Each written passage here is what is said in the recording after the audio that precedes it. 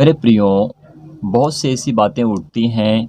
क्या ईश्वर सच में इस पृथ्वी को, आकाश को बनाने वाला है और सूर्य और चंद्रमा और तारागण को परमेश्वर ने ही जड़ा है? ये सारी बातें हैं जो हम सीखने में असहमत रहते हैं। कहने का मतलब है कि जब तक मनुष्य पवित्र शास्त्र बाइबल को नहीं पढ़ लेता है, तब तक कहीं न कहीं वो अपने जीवन में परमेश्वर के वचन से दूर रहता है। ऐसा हो कि वो अपने धर्मों की ही पुस्तकों को पढ़कर कुछ सच्चाई को जान ले, परंतु आज मनुष्य के लिए बहुत सारा काम है। उनके लिए उनके परिवार की चिंताएं, लाइफ में, मेरे जीवन में क्या होने वाला है, वो समझ नहीं पाते हैं और परमेश्वर को जानने की भी कोशिश नहीं करते हैं। परंतु लक्ष्मी को बुलाने के लिए जब तक मनुष्य अपने रीति के अनुसार काम करता है और उसे लगता है कि मैं जितने पैसों की बढ़ोतरी करूं, अपने जीवन में, अपनी लाइफ में पैसों को कमाने की कोशिश करूं, तो वो अपने पैसों को कमाने के लिए उसको एक रूप भी देता है, जिसे कहते हैं कि लक्ष्मी। लक्ष्मी मतलब होता क्या है? क्या लक्ष्मी कोई ईश्वर होता है? नहीं मेरे प्रियो, लक्ष्मी कोई ईश्वर नहीं होता है। ये मनुष्य की कामयाबी है। जो मनुष्य मेहनत करता है, उस पैसे को अपने जीवन के लिए रख छोड़ता है, अपने बच्चों, अपने परिवार के लिए, अपने माता पिता के लिए, अपने घर परिवार के लिए, उस पैसे को सही जगह पर अगर इस्तेमाल करता है तो उसके जीवन में एक अच्छा काम होता है। परंतु बात तो यहाँ पर संसार के लिए ठहरी कि जो मनुष्य पैसे के पीछे भागकर, धन के पीछे भागकर और मोह माया के पीछे भागकर वो परमेश्वर तक को भी भूल चुका है। तो प्रियो, आप परमेश्वर को कैसे पा सकते हो?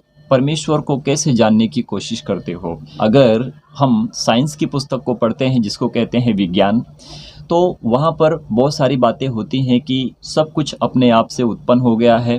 परंतु मेरे प्रियो, बात वहाँ पर ही नहीं है। अगर ये दुनिया है, अगर ये दुनिया बनी है, तो इसको बनाने वाला कोई क्रिएटर परमेश्वर है। वो ज़रूर है जो बनाता है। अगर वो नहीं है तो ये दुनिया अपने आप से नहीं हो सकती है। तो मेरे प्रियो, मेरी बात यहाँ पर उठती है और मैं बताना भी चाहता हूँ, क्या मनुष्य अपने आप से उत्पन्न हो सकते हैं? या फिर स्त्री के द्वारा बच्चे अपने आप से क्या उत्पन्न हो सकते हैं? तो मेरे प्रियो, नहीं हो सकते हैं। क्योंकि मनुष्य जब तक अपने लिए घर ना बनाए, तब तक वो अपने लिए घर नहीं बना सकता है। क्योंकि मनुष्य को मेहनत करना पड़ता है। जब तक वो अपनी मेहनत से काम ना करे, दो पैसा कमा ना सके, अपने हाथ से कोई कला करके या फिर अपने हाथ से मेहनत करके अपने लिए घर न बनाए, तो मनुष्य के लिए घर नहीं बन सकता है। परंतु जब हम परमेश्वर के ऊपर नज़र डालते हैं, जब हम पवित्र शास्त्र बाइबल को पढ़ते हैं, तो पवित्र शास्त्र बाइबल हमें ये गवाही देती है और परमेश्वर का वचन सत्य है जो हमें बताता है। जो परमेश्वर आत्मा है, किसी को नहीं दिखाई देता है और परमेश्वर हमारे जीवन में काम करता है। तो परमेश्वर आत्मा है। जब हवा के ऊपर नज़र डालते हैं, तो क्या हवा को हम देख सकते हैं? नहीं देख सकते हैं।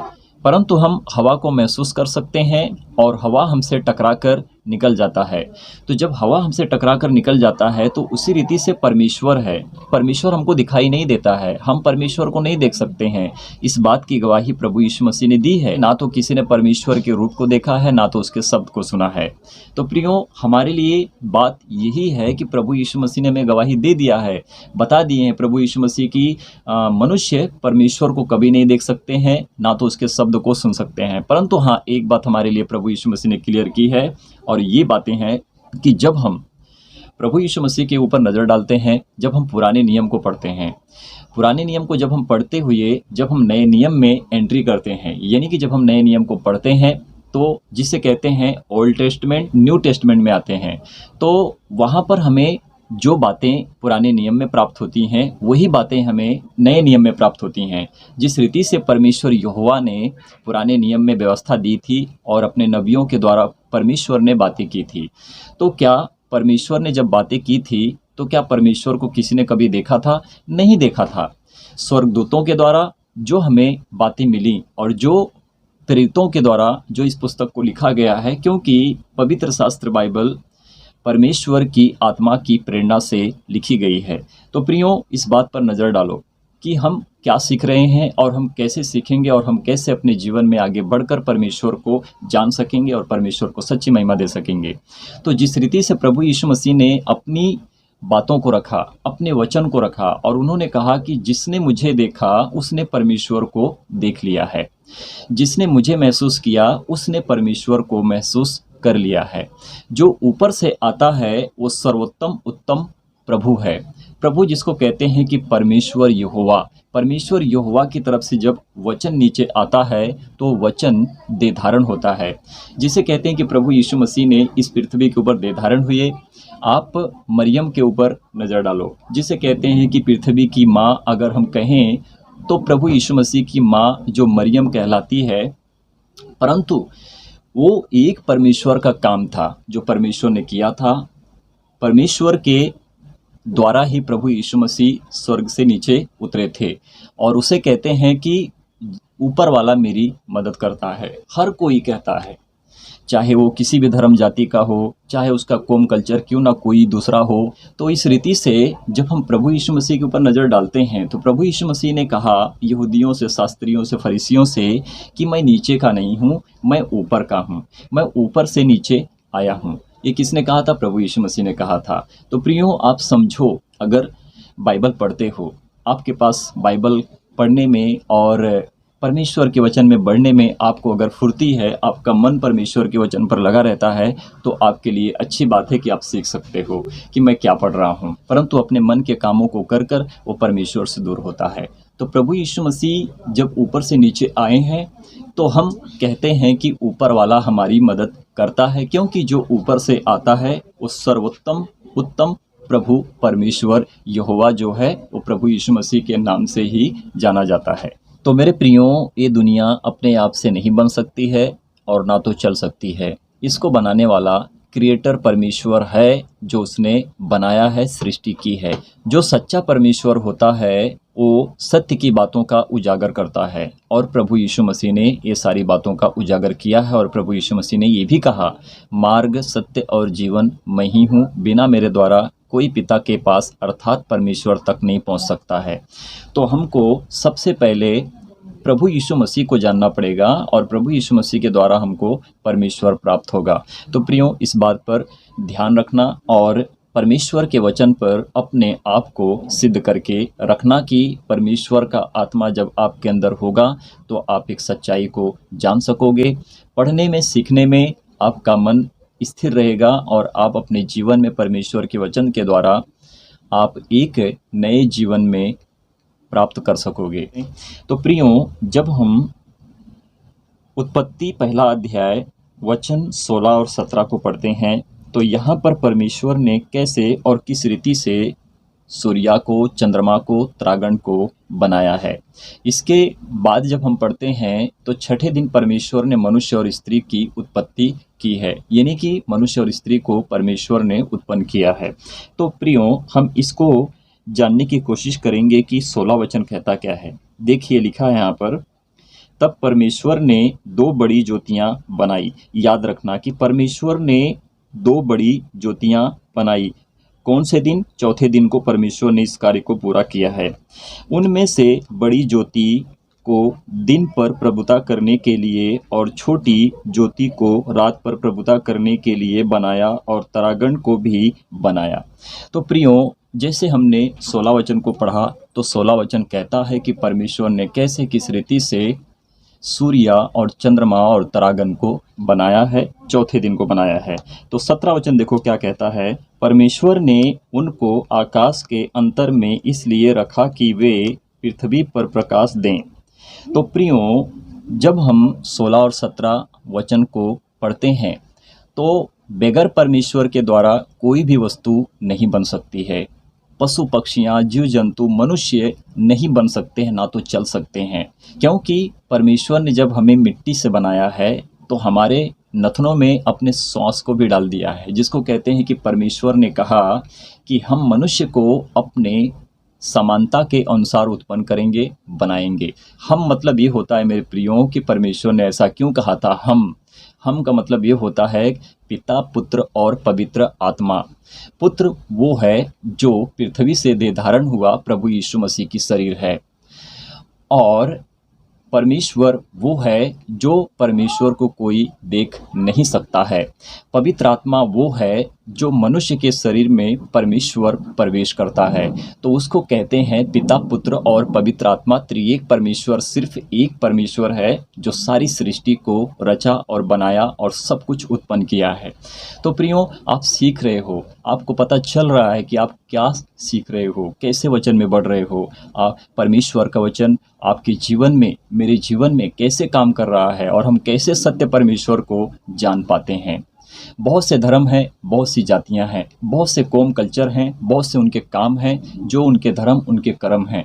तो प्रियो, जो धर्म की बात करता है उसी धर्म के अनुसार वो कर्म को भी करता है। परंतु परमेश्वर के राज्य में मनुष्य के लिए ना तो कोई धर्म है, ना तो उसके लिए धर्म के अनुसार कोई कर्म है। हाँ, परमेश्वर ने जो शिक्षाएं दी हैं, जो वचन दिए हैं, जो कार्य को हमको पूरा करने के लिए कहा है, जो परमेश्वर ने अपनी आज्ञा को हमारे लिए रखा है, जो व्यवस्था परमेश्वर ने दी थी, उस व्यवस्था को जैसे प्रभु यीशु मसीह ने पूरा कर दिया है। वो मेमना, वो जो लहू, वो जो प्रभु यीशु मसीह थे, जो उन्होंने हमारे लिए अपने प्राण को दिया, और इस जगत को प्रभु यीशु मसीह ने क्या किया, अपने लहू के द्वारा हमें, जब हम पापी थे, जब हम परमेश्वर को नहीं जानते थे, तो प्रभु यीशु मसीह ने हमको क्या किया, बचा लिया। तो हम प्रभु यीशु मसीह के लहू के द्वारा धोए जाते हैं और हम अनंत जीवन में प्रवेश करते हैं। प्रभु यीशु मसीह ने कहा कि जगत की ज्योति मैं हूँ और जो कोई मेरे पास आएगा वो अनंत जीवन को प्राप्त करेगा।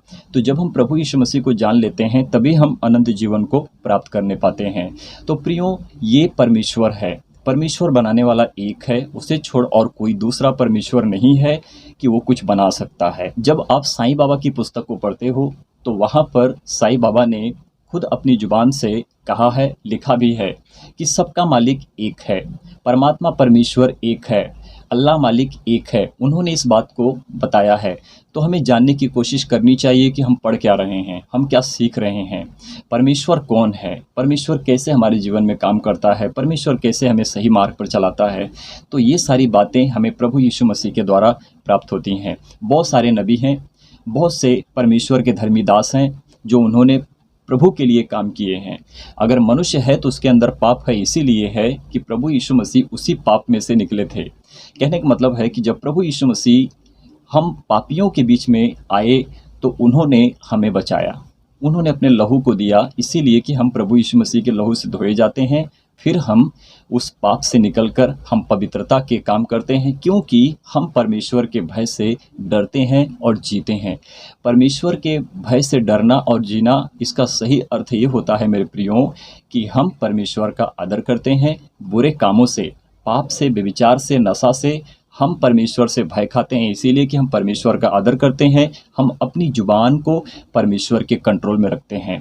प्रभु यीशु मसीह ने कहा कि जो मनुष्य खाता है उसको वह अशुद्ध नहीं करता है, परंतु जब मनुष्य के अंदर से, यानी कि शरीर के अंदर से होकर उसकी जुबान पर आता है, जब मनुष्य बुराई करता है, पाप करता है, तो वो अशुद्ध कहलाता है। तो मनुष्य जो खाता है उसको वह अशुद्ध नहीं करता, परंतु जो मनुष्य के शरीर से होकर उसकी जुबान पर आता है गलत शब्द, वह उसको अशुद्ध करता है। प्रभु यीशु मसीह ने कहा कि तू उस पिता से बात कर जो गुप्त में है, तो परमेश्वर से जब बातें करे तो गुप्त में जा, दरवाज़ा बंद कर और परमेश्वर से अकेले में बातें कर। तो प्रियो, हमारे लिए सीख है कि हमारा प्रभु यीशु मसीह हमारा क्यों है, क्योंकि जब तक आप प्रभु यीशु मसीह को नहीं जान लोगे तो प्रभु यीशु मसीह आपका नहीं रहेगा। वो जब आप गहराई से प्रभु यीशु मसीह को जान लेते हो, आप पवित्र शास्त्र बाइबल को पढ़ने लगते हो, सही शिक्षाओं में प्रबल होने लगते हो, तो आपको पता चलता है कि मेरा प्रभु यीशु मसीह है। तो मेरे प्रियो, जैसे कि परमेश्वर ने सूर्य और चंद्रमा को, त्रागन को बनाया और जड़ा, तो हमारा बनाने वाला परमेश्वर महान है और उसकी महिमा अपरंपार है। तो जैसे हम कुछ धर्मों की पुस्तकों के ऊपर नज़र डालते हैं, मान के जब हम पुस्तक को पढ़ते हैं तो वहाँ पर कुछ ऐसी बातें लिखी हैं। जब हम श्री हनुमान लीला अध्याय 1 पेज नंबर 15 और 16 को, और यहाँ पर हम कुछ बातें ऐसे सीखते हैं, पढ़ने के बाद हमें पता चलता है लिखा क्या है। मेरे प्रियो, जानने की कोशिश करना, मैं पढ़ रहा हूँ। देखो यहाँ पर क्या लिखा है। पवन देव के पुत्र हनुमान थे। तो मेरे प्रियो, यहाँ पर इस तरह से लिखा है कि पवन देव के पुत्र हनुमान थे और सूर्य को फल समझकर खाने की भूल हनुमान ने कर बैठी थी। तो मेरे प्रियो, यहाँ पर जिस रीति से मैं पढ़ रहा हूँ कि अगर बनाने वाला परमेश्वर है, तो क्या कोई उस सूर्य को खा सकता है? जिस रीति से हनुमान उसको खा लेते हैं। देखिए, तो घबराहट में इंद्रदेव ने क्रोध में आकर बालक हनुमान पर प्रहार किया। समझने की कोशिश करो कि एक बालक होता है जो वो कहता है और सूर्या के ऊपर उसकी नज़र पड़ती है और जैसे-जैसे वो ऊपर चढ़ता है, चढ़ाई करता है, यानी कि छलांग लगाकर उस सूर्या तक पहुंचने की कोशिश करता है, जो बालक रहता है, जो हनुमान कहा जाता है जिसको, तो वहाँ पर चढ़ रहा है और उस सूर्या को निगलने वाला रहता है, उसको वह फल समझकर खाने की कोशिश करता है। तो मेरे प्रियो, हनुमान ऐसा बालक था कि उसको ये भी नहीं पता था कि ये सूर्या है, मैं इसको खा सकता हूँ। तो हनुमान घायल होकर धरती पर गिर पड़ा। आगे देखो क्या लिखा है, तब सूर्य देव ने इंद्रदेव से कहा, तुमने ऐसा क्यों किया? यह बालक पवन देव का पुत्र है। अब यहाँ पर बात उठती है, सूर्य देव इंद्रदेव से कह रहे हैं कि तुमने उसको घात क्यों किया? ये जो बालक है ये पवन देव का पुत्र है। तो इंद्र ने सूर्य देव से कहा, मैंने समझा कि यह बालक कोई राक्षस है। अब तो यहाँ पर जो इंद्रदेव हैं, जो सूर्य देव हैं, जो हिंदू जो धर्म की पुस्तक होती है जिससे हम अनुमान लगाते हैं, यहाँ इंद्रदेव को ये भी नहीं पता चलता है कि ये हनुमान है और हनुमान को ये भी नहीं पता चलता है कि ये सूर्य जो है प्रकाश देने वाला है, अगर मैं इसको खाऊंगा और मेरा मुंह झुलस कर काला पड़ जाएगा। आगे देखिए क्या लिखा हुआ है, हनुमान बालक को यह भी पता ना था कि सूर्या कौन है, जो अपनी भूख मिटाने के लिए निगल गए और जब सहन नहीं कर सके तो सूर्या को उगल दिया और उनका मुंह झोंस कर काला पड़ गया। तो मेरे प्रियो, ये हिंदू धर्म की पुस्तक है जहाँ से हम कुछ बातें सीखते हैं। ये आपको क्या लग रहा है कि ये जो पुस्तक में लिखा है, जिस रीति से मैंने इस पुस्तक का अध्ययन किया, ये हमारा परमेश्वर नहीं है। हमारा परमेश्वर वो है जो हमें सही रास्ता मार्ग दिखाता है। कहने का मतलब है कि मनुष्य को ही भगवान कहा जाता है और स्त्री को ही देवी कहा जाता है। देवी कहने का मतलब ये है कि स्त्री का आदर करना होता है। भगवान उसे कहते हैं कि जब मनुष्य मनुष्य का आदर करता है तो उसको कहते हैं भगवान। परंतु हाँ, बात यह है कि पूरी दुनिया का बनाने वाला, सबको रचने वाला एक ही क्रिएटर परमेश्वर है, जो हमें प्रभु यीशु मसीह के द्वारा सच्चाई प्राप्त होती है। तो प्रियो, जिसने प्रभु यीशु मसीह को देखा है उसने परमेश्वर को देखा है। तो हमारा परमेश्वर महान है। धर्म की पुस्तक चाहे जो भी कुछ क्यों ना कहें, हम उसको पढ़ते हैं। सीखने की हमें ज़रूरत है कि हम क्या पढ़ रहे हैं और क्या सीख रहे हैं। सच्चाई हमें कहाँ पर लेके जाती है? सच्चाई हमें परमेश्वर, यानी कि जब हम पवित्र शास्त्र बाइबल को पढ़ते हैं तो सत्य और सच्चाई, वचन और आज्ञा प्रभु यीशु मसीह के द्वारा ही हमको प्राप्त होती है। तो प्रियो, इस बात से हमें ये सीखने के लिए मिला है, क्या हनुमान को पता नहीं था कि वो सूर्य जो प्रकाश देता है वो कोई फल नहीं है? अब यहाँ पर इंद्रदेव को यह पता नहीं चला कि ये हनुमान है और उसको राक्षस समझकर उसके ऊपर उन्होंने प्रहार किया, यानी कि वार किया। और सूर्यदेव को यह पता नहीं चला कि हे इंद्रदेव, तुम उसके ऊपर क्यों प्रहार कर रहे हो, ये तो पवन देव का पुत्र है। तो प्रियो, ये सारी बातें जो हैं, मनुष्य खुद के कामों में पढ़कर फंस जाते हैं, परंतु वो सीखना नहीं चाहते हैं कि लिखा कहाँ पर क्या है। सत्य मायने में एक ही पुस्तक हमको उजागर करता है जो परमेश्वर की आत्मा की प्रेरणा के द्वारा लिखा गया है, और वो सत्य वचन प्रभु यीशु मसीह है और पवित्र शास्त्र बाइबल हमारे जीवन के लिए खुलासा करता है। तो प्रियो, परमेश्वर पर विश्वास रखें, प्रभु के वचन पर सदा बने रहें। पवित्र शास्त्र बाइबल को जितना हो सकता है उससे ज़्यादा पढ़ें और सीखें और दूसरों को भी सिखाएं और दूसरों को भी उजागर करें। कहने का मतलब है कि प्रभु यीशु मसीह ने कहा कि अंधा अंधे को मार्ग नहीं दिखा सकता है, दोनों खड्डे में गिरेंगे और उनकी मृत्यु हो जाएगी। कहने का मतलब है कि जब मनुष्य अंधकार में जाते हैं, कहने का मतलब है संसार है, जी रहा है, परंतु वो मरा हुआ है। परंतु जब प्रभु यीशु मसीह को मनुष्य जानकर सच्चाई से परमेश्वर के पीछे चलने लगता है तो वो जीवित हो जाता है, जिसे कहते हैं कि अंधा अंधे को मार्ग नहीं दिखा सकता है। इसका सही अर्थ होता है मेरे प्रियो कि जो प्रभु यीशु मसीह को जान लेता है वो अंधकार में नहीं परंतु वो उजाले में पलता है। परंतु जो कोई प्रभु यीशु मसीह को नहीं जानता है मेरे प्रियो, वो अंधकार में जीता है। और वो प्रभु यीशु मसीह ने जो बातें कही थी ये बात सही है और फिट बैठती है कि अंधा अंधे को मार्ग नहीं दिखा सकता है, दोनों खड्डे में गिरेंगे। तो प्रियो, हमने यहाँ पर सीखा कि परमेश्वर है तो हम हैं, परमेश्वर है तो ये पृथ्वी है, परमेश्वर है तो ये सूर्य तारागण और चंद्रमा है, परमेश्वर है तो आकाश है, परमेश्वर है तो जीव जंतुआं हैं, समुद्र है, सब कुछ है परमेश्वर की बनाई हुई देन है। तो प्रियो, हमें विश्वास करना है। कोई भी क्यों ना कहे कि ईश्वर नहीं है, हाँ एक बात सही है कि पृथ्वी के ऊपर कोई ईश्वर नहीं है, परमेश्वर ऊपर है।